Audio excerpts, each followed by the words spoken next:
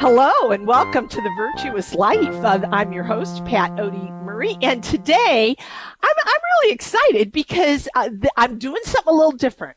I have never interviewed someone on a children's book. I usually do these deep theological conversations, but this is the first Sunday of Advent, and when I got this book, I thought, this is going to be a great interview for the first Sunday of Advent when this airs, the Monday after the first Sunday of Advent. And the name of the book is The Road to Bethlehem. It is just a beautifully illustrated book. It's just beautiful. The story's beautiful.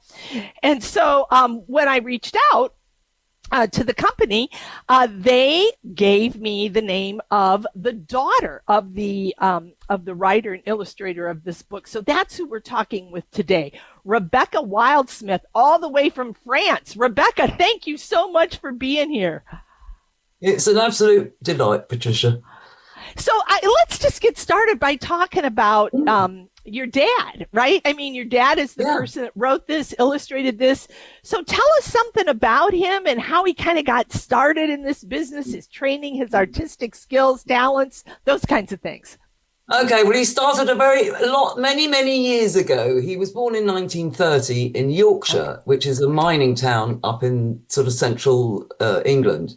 Mm-hmm. And his dad was a miner. He was also a brilliant engineer. And normally you'd just be all the men, they'd leave school and they'd go down the pit.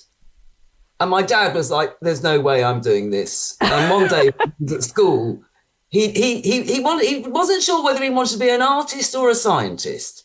Really? And then one day he was left the headmaster's office sort of complaining about being at school. And he just suddenly thought, no, I want to create. So he enrolled in the Barnsley Art School. So this is probably in the mid-40s sort of thing. Uh-huh. And so he went there, and he was so naturally talented, it was ridiculous. His father actually was the miner. He used to oil paint as well. So there's something in the family already. Yeah. So he did a few years in Barnsley, and then he thought, well, I've got to do better than this.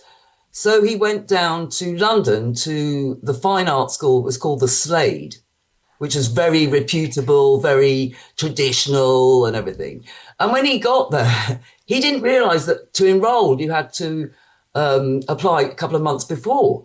And he was told, too late, you'll have to come back next year. And my dad was like, no. In his head, he's always going, no, I can't wait another year up in Yorkshire. So he sort of talked to this guy and said, isn't there anybody who could just look at my portfolio? So the guy went off, he got back the head of the school, who came back, he went through my dad's portfolio, and he said, right, you're in.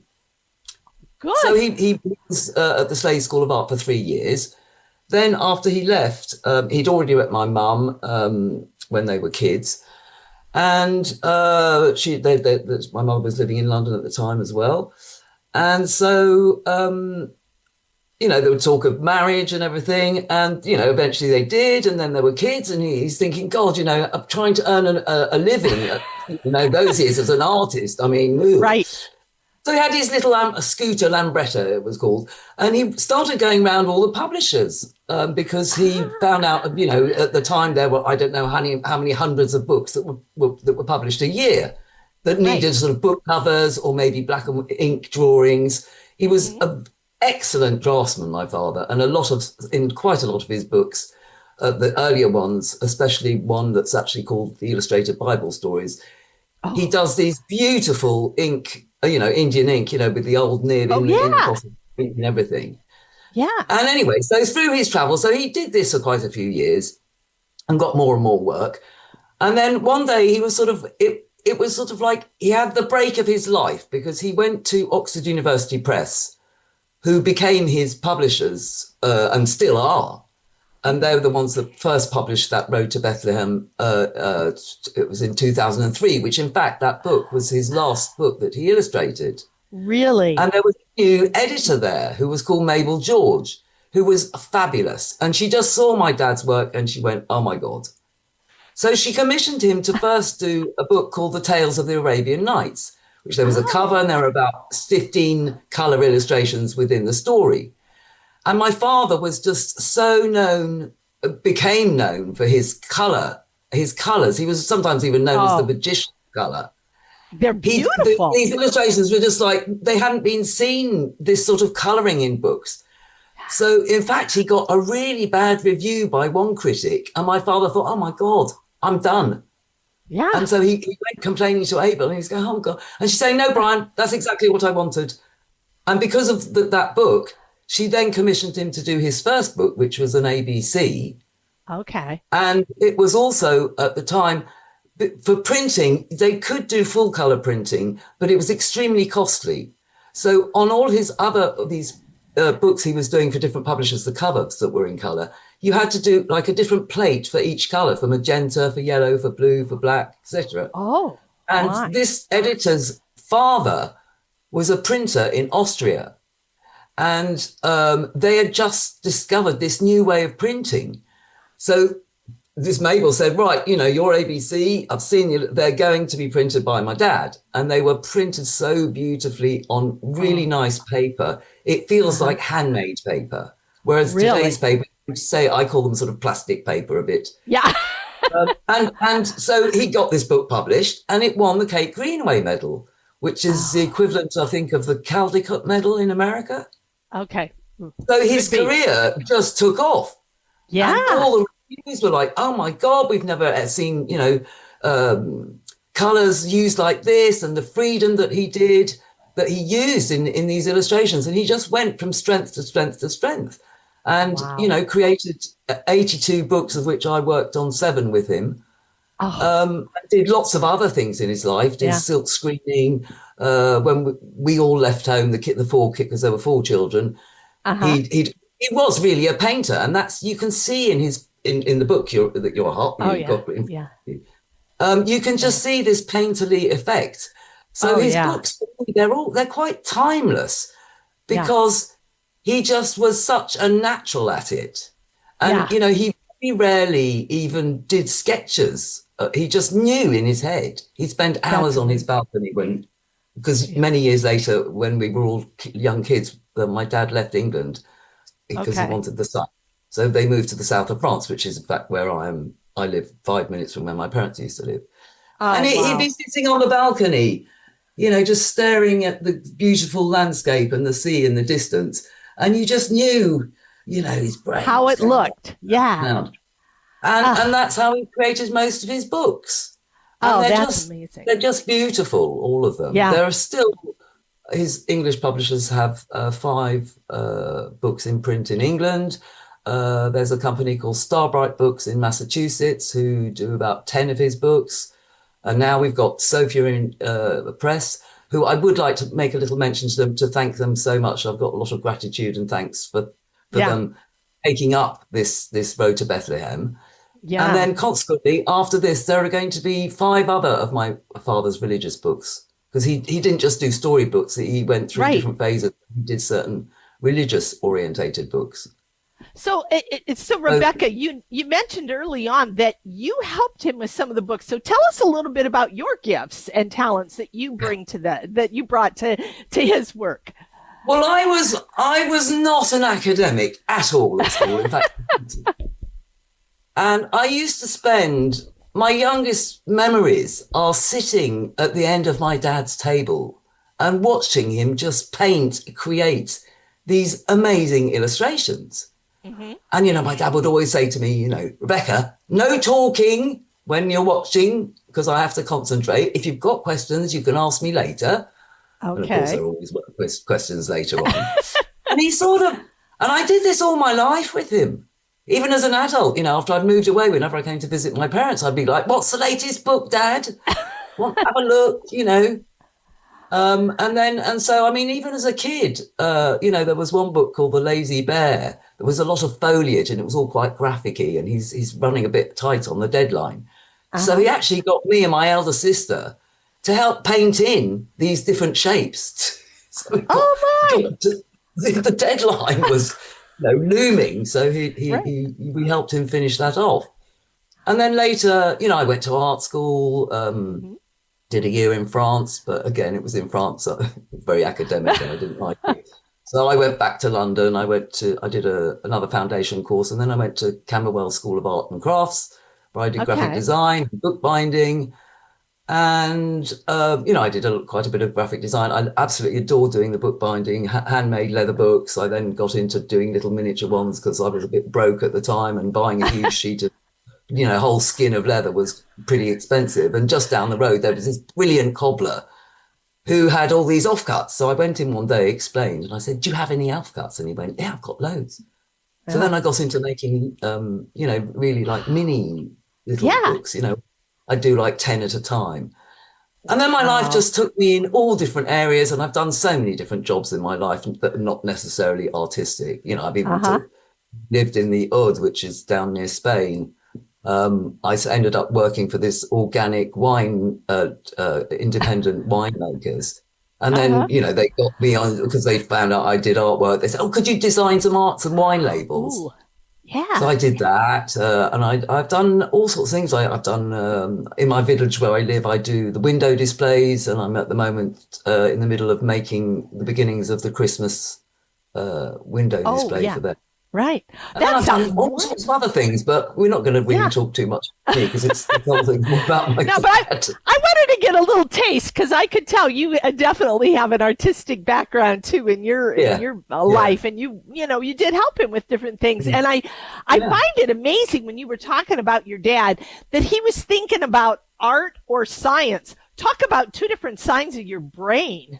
I mean, he must have yeah. been just kind of a totally gifted individual. I mean, all the Oh, way around. incredibly. I mean, when you see, this scientific side to him, there's one book he did that's called Professor Noah's Spaceship.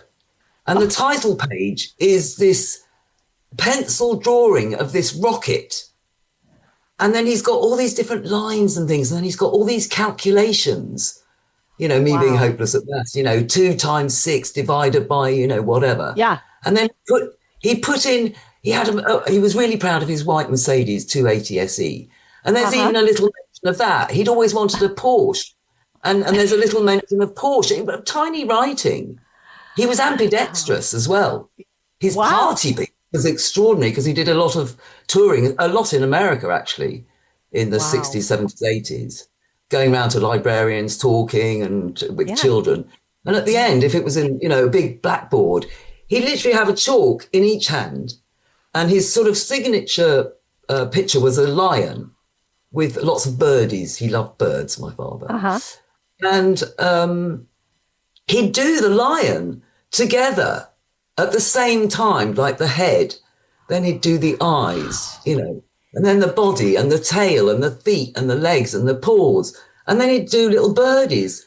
And then at the end, he'd then do his signature, like Leonardo da Vinci, who did mirror drawing. He did the two together. So my dad was actually left-handed. So with his left hand, he'd be doing his signature, sort of like the mirror image, and with his right Right. hand, and yet he was left-handed. So when he normally signed a book, it obviously was Sure. not in mirror.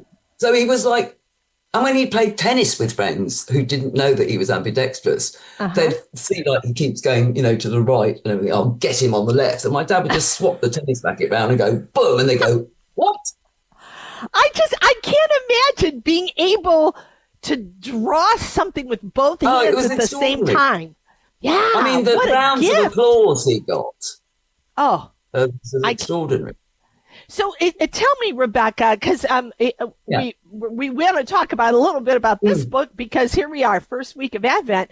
So I thought it was an Yeah. appropriate time for the road to Bethlehem. So tell us a little bit about the story in this book, and also, what exactly he did. If you know of any of his ideas as he was putting this all together. I have certain sense of his ideas, but as I said, he was very cerebral. Mm-hmm. Sorry, I mix up French and English sometimes. That's all Cerebral. right. So he didn't actually talk that much, my father, about his Okay. work. He was a very humble man as well. But so this particular book, he'd already done in 80, oh, I can't remember the date, 88, 87 or 88. He'd done a book called The Christmas Story. Oh, And then which it was again a nativity story, which this Road to Bethlehem is as well. and he gave a little twist to it. And then later in his life, this was when he was doing the books that Sophia will be printing that are going to be Joseph from the Old Testament, Jacob's son, Moses, St. Francis is the next one, and one on Mary and one of Jesus. Okay. So he got into doing these later on. And I just think he'd done all these quite serious books. And then I think he just thought, I want to go back to doing something a bit more childlike. So he came up with this idea of, and this book has a twist to it too, which I don't really want to go through the whole book because I'd like it to be a bit of surprise. There is a bit of a surprise in it. And my dad had always said that he saw with his eyes and he painted what he saw with his eyes and felt with his heart. Oh. And in this book, when you open already that title page, I mean, for people who like angels, I mean, you know, angels playing with snowballs, building snowballs and chucking snowballs at each other. I mean, he had such a vivid imagination. And he said, you know, this is what he was feeling. So, you know, let's get the angels sort of getting into Christmas mode, the snow and all this. So that's the title page. And then, of course, that opening page is just beautiful of the Annunciation. And that was very inspired by the Renaissance artists, especially Piero della Francesca. And my father travelled a lot. He always did his research, and he loved Italy because there were wherever you go in Italy. I mean, we're talking 40 years ago. Whenever you went into the centre of a town, I mean, it's just everywhere you look, it's just beautiful. And so he'd studied Piero della Francesca a lot. And I don't know, if you don't know the artist, you might not be able to see it, but, you know, all the tiles that Mary's sitting on her little bench with her head over her shoulder. Yes. With a little halo-y thing over her head. And she's holding up this cutie little smiling tabby cat. Yes. At her feet, there are this lovely sort of hound of a dog. And then he even puts 2 bowls of water and one of food for the animals. And then Mary's looking over her shoulder at this lovely Archangel Gabriel, who's down on his knees. Yeah. And he's holding a big branch of white lilies, which signify purity, amongst a few other things as well. Yeah. And then, obviously the Archangel Gabriel telling her that she's going to have a son and that she should name him Jesus. And the Holy Spirit turn over her head. The next page, there you kind of go, what? So it's Mary and Joseph who are about to head off to Bethlehem. So this is several months later, obviously. Yeah. And Mary is handing over the cat and the dog to the neighbour who's agreed to look after them while they're away in Bethlehem. And so you kind of go, well, that's a really kind of twist to the nativity. Yeah. You've heard that before. Yeah. So, and then the twist sort of knocks in more on the next page, double spread, where they've obviously been gone a few days and the cat and the dog are really missing Mary. Yeah. And so they decide, right, we've had enough with the neighbour. We're off. We're going to go run away and find Mary. So the whole story is about their travels, and then they meet other animals on the way. There's like a fox. I'm not going to go into too much detail. There's a fox who's stuck in a rabbit hole. They pull him out and then, where are you going? And they kept saying, oh, we're off to Bethlehem to find Mary. And so the fox sort of says, oh, well, can I come with you? Right. And so there's several pages of more animals, but I'm not going to say too much anymore. Right. Because the element of surprise. Yeah, but one of the things about this book, Rebecca, is, this artwork is just amazing. It is just amazing. I've read a lot of children's books over my life to, family, little kids, and this artwork is like none I've ever seen before. So can you tell us now? Sorry. Go ahead. No, go ahead. Tell me. Okay, I was going to say it now. If I want to make sure I understand this correctly, your dad wrote the story and illustrated it. Well, my dad was primarily a painter, but he turned into an illustrator. He had all these ideas, and to begin with, because he'd done his ABC, then he did a 1, 2, 3. He was saying to this Mabel George, the editor, I've got all these ideas, but I'm not a writer. And she says, Brian, I don't care. We've got editors here. We've got, we can put the dots on the I's and the commas where, and so he gave the sort of baseline of the story. And then there were people at Oxford University Press who'd sort of improve on it. Did he end up then, like he would kind of see the story in his head? Oh yeah, and then totally. illustrate and then write, or did he write and illustrate? Do you know the order, or didn't it really matter? Well, no, he'd have the storyline to begin with, because obviously when you're printing a kid's book, it's got to be on multiples of 8-page double spreads, because otherwise you're just wasting too much paper. So he always worked out more or less what was going to be on each page, whether it was a 16-page book or a 32-page book. Okay. So there was a lot of what could you call it, organization in his thought. But it was when he sat down with his, he used to use gouache paints, really beautiful, thick, well, they were called Winsor and Newton was the make. They're beautiful gouaches. And he'd have his, he'd have old jam jars for, 6 pots of water in, and he'd have, when you used to get on a plane and you'd have a meal, they'd serve you on these plastic platters, your, dinner. And he'd always make them going, because they made perfect palettes, because he always had, all this equipment in front of him. And he worked usually on really beautiful handmade paper. So, Rebecca, is this the medium that he used for this Road to Bethlehem book? Was it, again, I'm not an artist. I know a little enough to be dangerous. Watercolor, oil, and acrylic. Those are my basics when I mess around with painting. So does it fall into one of those categories that he used? Yeah, gouache paint is a water-based paint. It's sort of similar to watercolor, but it's much thicker. So you're not like using acrylic. But like if you look at that Annunciation, the background behind the angel and Mary, that he's stretched the paper. He uses a water-based technique where he stretched the paper. You have to stick the paper down, then you wet it with a sponge, and then you have to. The reason you're putting the tape is so that when it dries, it doesn't all buckle. Right. And then he'd use gouache paints, or sometimes a bit of watercolor as well, which he would make a lot more liquidy. Okay. And he would use the gouaches instead of the water, because when they were so rich in color and voluptuous that you could get brighter colors using gouache than if you were using water paint. So, so there's a mixture of it. But in general, he used gouache.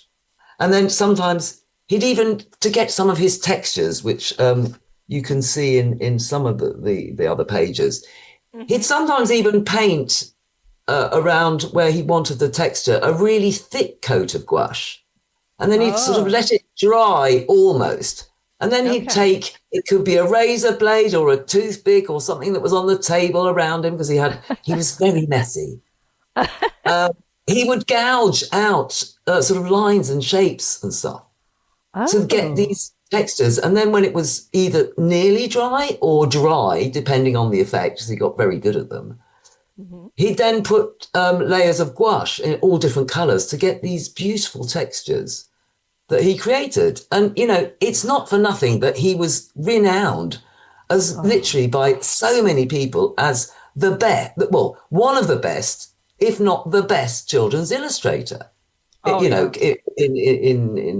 contemporary children's books, because he was just such a natural at it. Yeah, and even just the inside cover of the book. The inside covers, when you open it up, it just kind of the end papers. Yeah, those snowflakes. They're just beautiful. And then you can see. You can see in the background of the purple that he obviously did his texture, because you can see lots of tiny little bits of sort of like a light bluey, slightly purpley. Those were when he did his textures, and then he painted on top. Sometimes he'd then, because it was sort of like a bit ridged, he'd take a cloth or a bit of kitchen roll or something, and he'd wipe off some of the paint so that the colour that was underneath came up because it was textured. Oh, okay. Yeah. I've seen people do that. That's amazing. And then, he'd get sort of like harder paintbrushes because he always used sable brushes, which are beautiful to use. Oh, okay. And then he'd take a harder brush and put a sort of liquidy bit of paint on it. And then with his finger, if you can see me, that's just a biro, but he'd sort of flick it.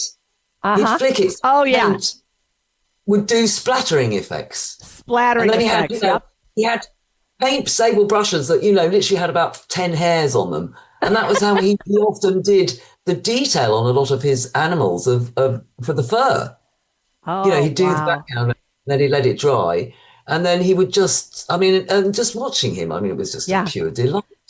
I can imagine. When I read this book, I thought to myself, this is a great book. Like even kids who can't read, because the pictures are so vibrant, you could have them like go through the book with really little ones and say, what do you see? Tell me the story you see here. Even if they couldn't read, this would be an amazing book to just have them tell you what they see and what they think it is and how it moves forward. So it's great. Rebecca, we are already at break time. And that's fine.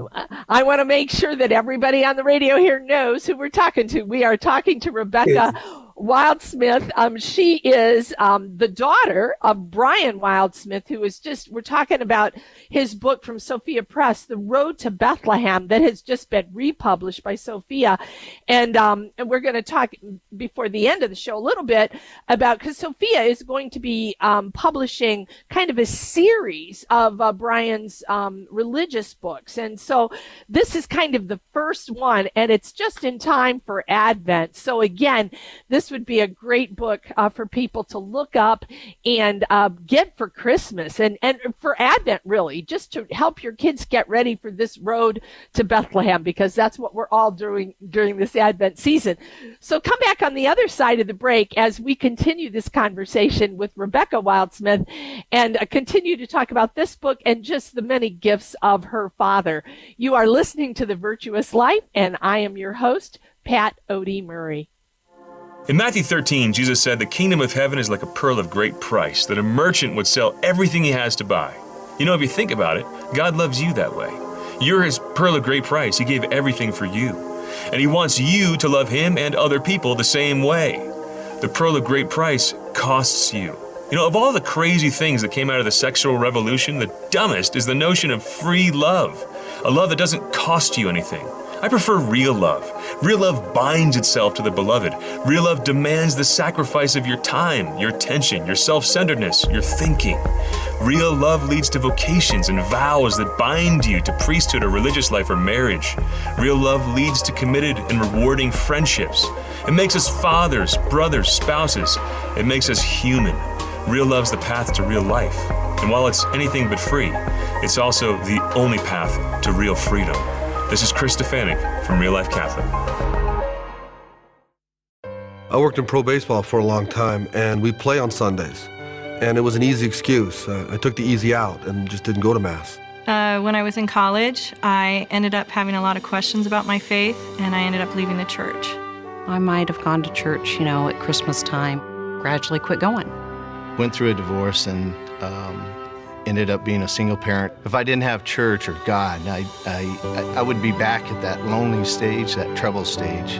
Whenever you get anxious and worry about things, you just know that Jesus has it under control. Now that I'm back in the Catholic Church, I'm a new person. I love it. And it's a place where I feel accepted for who I am. When you come home to the church, you're coming home to a Catholic family where people today just embrace you. I have a peace when I walk through the doors of the Catholic Church, like that's where I belong. If you've been away from the Catholic Church for whatever reason, we invite you to take another look. Visit CatholicsComeHome.org today. Hello and welcome back to The Virtuous Life. I'm your host, Pat Odie Murray, and today I'm having just a great conversation with Rebecca Wildsmith. Rebecca is the daughter and an artist in her own right. So if you missed the first half of the show, go back and listen to it. But Rebecca's speaking today about her dad, Brian Wildsmith, who is just an amazing artist. And she shared so much about him already. But we're getting into the book, The Road to Bethlehem, which is the book that Sophia sent me so I could kind of be prepared to talk to Rebecca. And it is, the artwork in this is just beautiful. And I, again, would encourage you, if you have small children, well, any age really, but small children, this book, the artwork, even if they can't read, the artwork in here tells the story, and you can just walk them through it and ask them to tell you the story they see in the pictures. It's just an amazing, amazing book. So Rebecca, welcome back to the show. It's so great having you on today. Rebecca, let's kind of jet back into the book, but broaden it a little bit, okay? In the sense that your dad seemed, you could tell by this book that he just has a sense of really loving the idea of being to illustrate children's books. And Absolutely. So you tell me about why it was so important for him to illustrate for children's books, because obviously he is such a talented man. He could have just done lots of things with his art. He could do anything, so really. Why children? Well, why children? Because possibly because he had 4 children as well. And when we were little, when he was doing, as I already mentioned, I used to watch him a lot. But often we'd come back from school, all 4 of us, and we'd be running in the studio, Daddy, what you doing? And he'd show us, and we'd kind of go, and we wouldn't say anything. And he'd go, oh my God, something's not right. He used us kids to get reactions of whether he'd done the right picture or whatever. But his main thing, which is, this is what a quote of his, is art is food for the soul. A picture book represents a child's very first encounter with art. So I felt this was a way I could make a contribution to the world.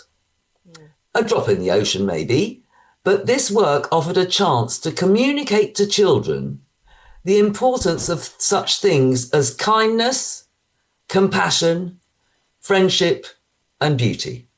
Oh, yeah. And that sort of sums it up in a nutshell, why my father got, why he was also so good at creating children's books. Because, as you've just said, for me, often I think a children's book, it's not just for children. Adults can, enjoy it. My father has a load of adult followers who a lot of them, because they were also brought up on my dad's books, because he started, in the early 60s. But he was, as I said, also, he was very humble. And so this, and he instilled in his 4 children, this respect, because my father had lots of visitors, publishers and people wanting to interview him. And he'd always sort of say to us, whether you're talking, because he was English, to the Queen of England or to her maid, you address them in the same way. There's not this hierarchy of, we're all human beings. We all feel, we all know what kindness is. Or we should. Right. And so he was just passionate about what he did. Yeah. And what better way life to live than being passionate about your work? No kidding. That is. And sometimes he'd depending on how long the book was or how complicated it was, he'd sometimes even do 2 a year. And then he'd have a bit of a break, because then he thought, I've got to go off to Italy and look at my Renaissance painters or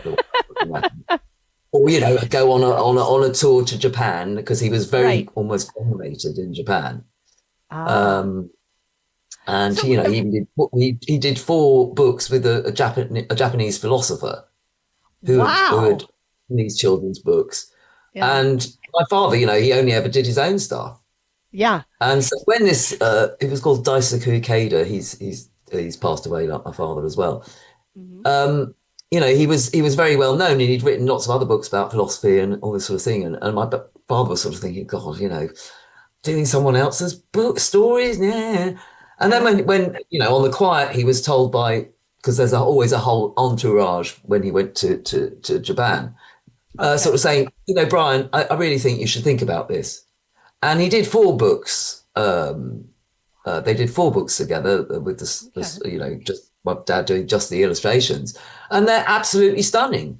And this guy invited my dad and my mum to go around Japan so he could get the feel of Japan to illustrate the children's books. So he travelled a lot. Great. You know, he went to Australia, New Zealand, a lot, as I mentioned, in America. He had a brilliant American publisher, a bit like Oxford University Press, who were called Franklin Watts. They were based in New York. Went to Canada, went to Spain, or loads. And then in his personal life, we were always off travelling. And as kids, we were all like, oh no, not another museum, Mum and Dad. Not another cathedral, church. When are we going? We were normal kids, yeah. Yeah. But in retrospect, I'm so pleased that my dad took us round Italy and Spain. Florence, Venice, Pisa, Siena. Right. That's amazing. Assisi. Because my dad's had a passion about St. Francis, which is the next book that the next book coming out. So, Rebecca, did your dad only do children's books over his career, or did he do other books also? No, but he did do in the 60s. He did silk screening before we moved to France in his studio. He did it all. He did some engravings. He's had Liberty Materials in England. It's a big shop called Liberty, very known for their materials. They've done twice made materials out of his parts of his illustration and sort of repeated them and stuff. And then he got into painting, doing these huge sort of 2 meter by 2 meter paintings once we'd all the kids had left. Because he used to work on my parents' house was sort of on 2 levels with a mezzanine round it. Okay. And he'd be overlooking the sea doing his paintings. And then once we left, my sister's bedroom was right nearby. So he took that over, got rid of the bed and everything, and made a studio so he could put these 2 meter canvases in there. And again, they're very textural. He mixed sand in with glue to get different textures. He used pieces of wood that he'd paint, different shapes, sizes, all cut up. And they'd almost be like a 3D painting. Okay, that's so great. He traveled quite a lot. He worked on a film set in Leningrad of a story by Metalink called The Bluebird. Okay. It was directed by George Cukor. Elizabeth Taylor was in it, Cicely Tyson, Jane Fonda. Wow. And my dad did some amazing sets. I mean, extraordinary sets. But it was a disaster in the end. Oh, because no! One of the actors who was playing this dog, who was quite big, so it's to do with this actor. So there was like one scene, it was like the Palace of Night. And I mean, the money that went into making them. And because the studios weren't that big, once they'd filmed all the scenes that were happening in there, they destroyed it to make place for the next sets. Next one. Okay. And then one of the main actors got seriously ill and had to be sent back to England. Oh, and they couldn't find another actor who kind of looked like, so they had to reshoot everything again. And by then they made these terrible sets because they didn't have any money left. Oh, and so my dad was so sort of, and all the costumes as well he designed, all these different trees, acorn tree, an oak tree and a cypress tree and like this. And so he was sort of very disappointed that it was a flop, basically. Yeah. So he decided, right, then I'm going to make a book about the Bluebird, Maurice Metterlinck's Bluebird. So he sort of caught up with his book by having, and it's another beautiful book. Yeah. So Rebecca, how many children's books do you think he illustrated over his lifetime? 82. 82. Wow. Yeah. That's of amazing. Which I did 7 with him. Okay. Now, did he write all of? Well, he didn't write all of those because you talked about the Japanese books. Yeah. But were there? Do you know how many of those 82 he actually did the story? Well, but literally, I mean, okay, he did like Mother Goose, A Child's Garden of Verses. He did a counting book. He did an ABC. He did a book about a circus, which is a bit, you can't really reprint that because circuses are not allowed to do it these days, but they did in those days. Right. Yeah. He I mean, so I've got a copy of each of his book on my Oh bookshelf. my gosh, But that's no, amazing. the story was always came from him. Hmm. But it was the sort of the baseline of the story he'd write it, but then it was sort of a bit edited because he wasn't, but it was always still the same story, Right. just the Right. text improved. And often there's not very much text in his books because, as he said, The picture. and I think that too, as you've said yourself, the stories stand alone. Yeah, they do. And that's the beauty of showing them to these little children, Yeah. is that, as you said, they can, make up their own story as well, or say, "Oh my goodness, there's a little mouse hiding in the bushes there," or Yeah, the artwork something is like just amazing. So, Rebecca, did he always kind of have a bent toward trying to do more religious books? Was that something that came No. later? How did that all work for him? No, I mean, the first religious book that he did was Illustrated Bible Stories, which I mentioned Okay. is still published by Starbright Books. It was a new edition. My brother's super duper on the computer with Photoshop, so he remastered all the pictures.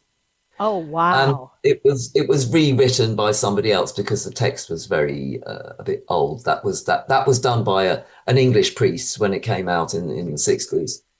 Okay.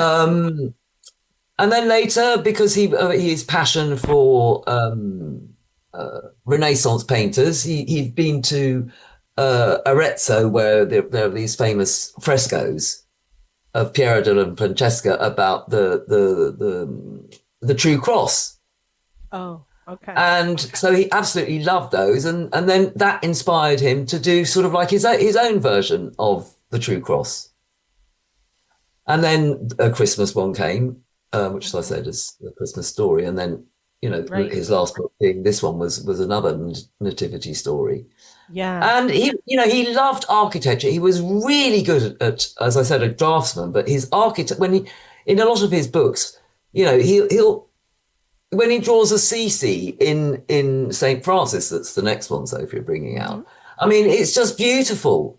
And you can just imagine yourself in Tuscany in the hills, and there's this medieval, walls, gated town. Yeah. So he had this a gift at architectural drawings.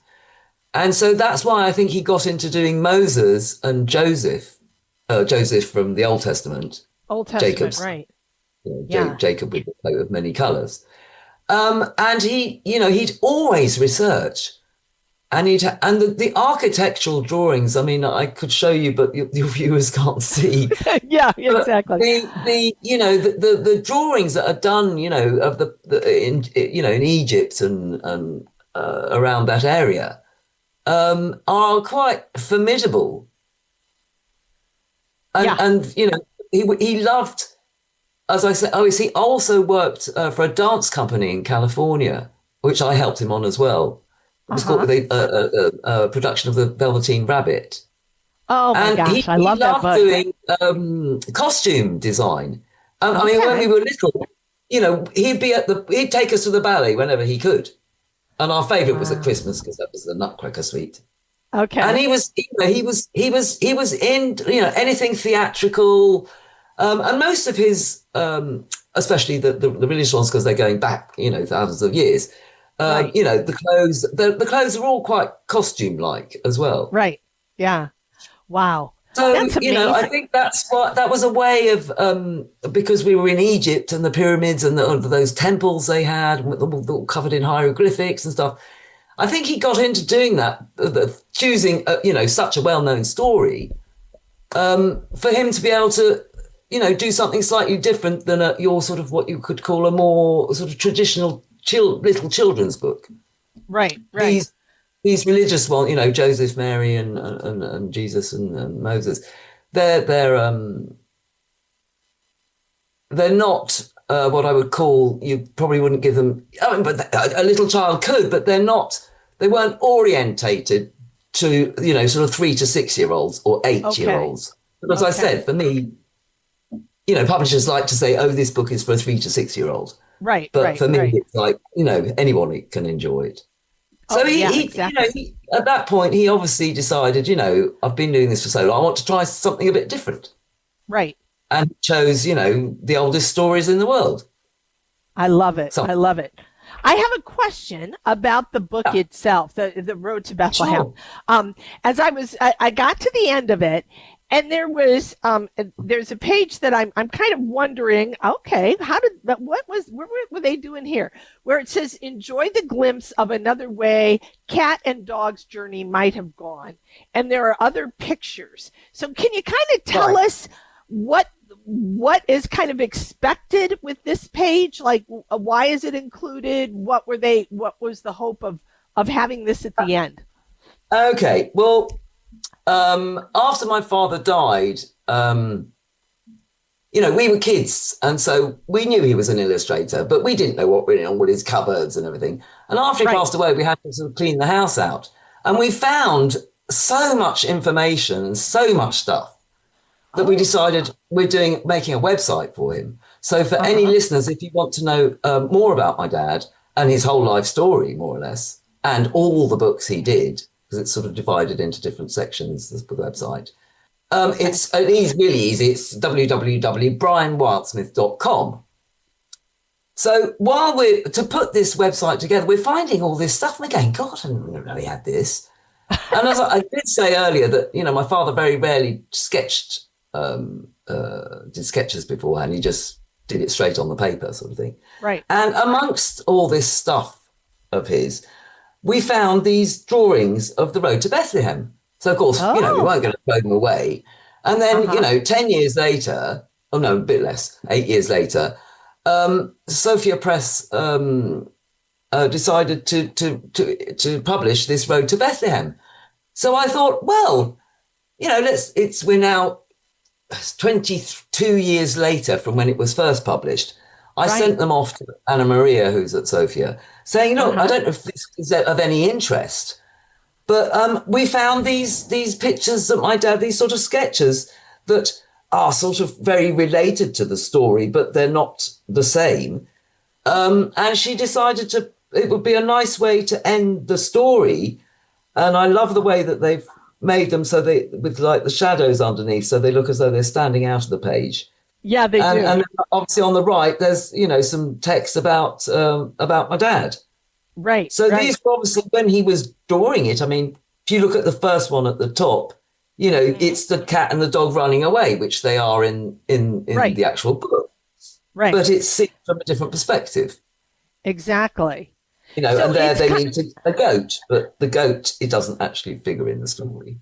Oh no, sorry, I think it does. It does, yeah, it's there. Yes, but so these are kind of there's something he thought of possibly using, but they discarded for something else. And so they thought, we'll put this in the book, and people can look at him and think how they might do the journey a little differently because of what they're looking at, right? Okay. Yeah. That's a great. Now, I'm looking at these because they're in black and white. Could those be colored by kids? I wonder. Well, yeah, if the parents don't mind them coloring in the book. Or they could photocopy that page, because the paper is a little bit shiny, so I don't know whether... Yeah, it is. Know how well you could color, yeah. Yeah, if parents were interested, I'd say photocopy that page onto, normal photocopy. And I love this idea, Rebecca, that you found these and they found a way to continue to use them. That is an excellent idea. Now, is that, did you find stuff like this on a lot of the books that he had? No. Okay. Because I thought maybe, we could see, when we look at some of the new books coming out from Sophia, that maybe some of those kinds of pages would be in again. So tell us a little bit here, as we kind of move toward the end of the show. We've got about 6 or 7 minutes left. But tell us a little bit about what can our audience expect in the future from Sophia. You kind of mentioned some of the books. Can you give us a little more insight into them? You said St. Francis is coming out next. The next one is St. Francis, and my father had a passion about him, even when I had to put my parents in a retirement home because He just couldn't cope in their house. There were too many steps. The social services were saying no. My dad couldn't drive anymore. He had a lovely statue of St. Francis. And in the retirement home, it had a little balcony. And one of the things he said, because I was saying, what do you want me to bring? And one of his things was, bring my St. Francis statue. Oh. He had, and strangely, I have a bit of a thing for St. Francis as well, because when I got confirmed, I had to, obviously pick a confirmation. I don't know if it's the same in America. I had to pick a confirmation. Yep. And I was just like, such a shy little girl in my little corner doing my, making houses for my toys and things like my penguin that my mother made me and things like this. And obviously because of my dad, I knew about St. Francis, and I was thinking, he loved animals, he loved birds, I do too. That's the name I'm choosing. So my confirmation name is Francis. And my dad he just had I think because a lot of his illustrations have so many animals in them. Yes. And that famous story of St. Francis and the birds, I mean, the picture in the book is just beautiful, which we're going to have to wait till early 2026 for this book to come out. For that to come out, okay. About to go to the printer. And so, that was because of because he was so compassionate as well, and he was sort of like on the same wavelength a bit as the St. Francis. So he obviously at one point he thought, right, well, we're going to do a book about my hero. And so, of course, off to CC again. Any excuse to go to a CC.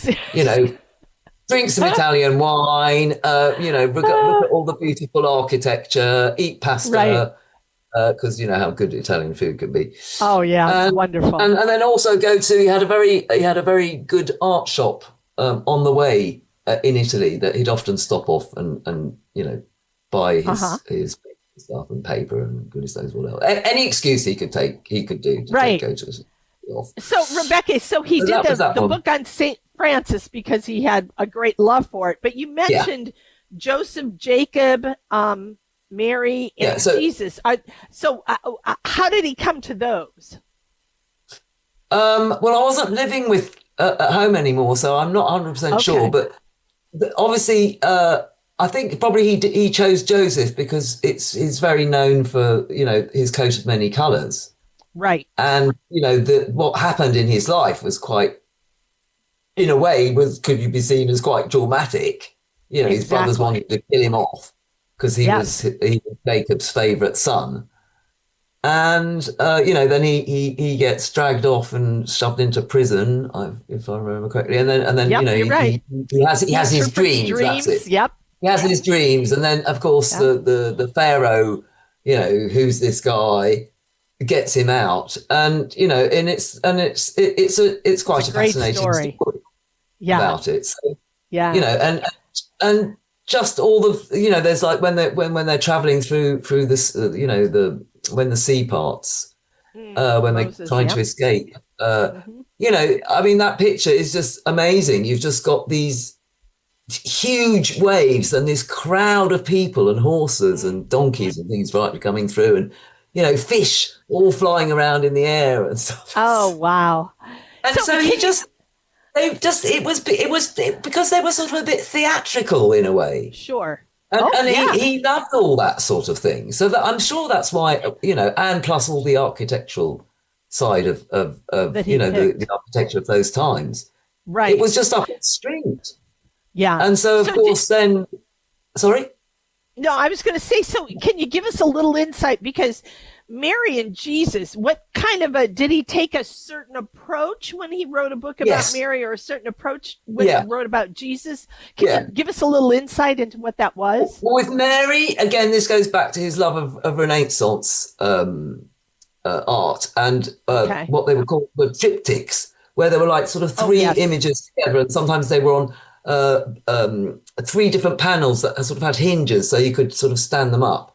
It's quite like that. There's a lot of sort of archways. Okay. And then some of them he's filled them with one illustration, and then others where he's sort of cut the top bit off and put one picture, part of Mary's story. And it's the story of her as a little girl and growing up and meeting Joseph and then having Jesus and the tragedy at the end, of her losing so it encompasses her son. almost her whole life. And then the last one is this beautiful. That's the whole double spread. It's a beautiful scene of Mary in her coffin as such, and then there's the sky is just full of white angels. Oh, and then when you turn the page at the end, you go on to the Hail Mary prayer. Okay. Wow. I cannot. We are just almost at the end of the show. Can you give us a minute, Rebecca, on the book on Jesus? And Jesus. And this one is done in a very similar vein as Mary, maybe because, he was her son. Sure. Again, these archers. So it's quite architectural. It's sort of like architectural windows with the scenes of his life set inside these archers. So it's kind of a bit like you could almost be looking through a window. Oh, cool.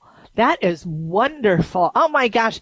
Rebecca, this has been an amazing interview. Thank you so much for sharing all this information. Absolute pleasure.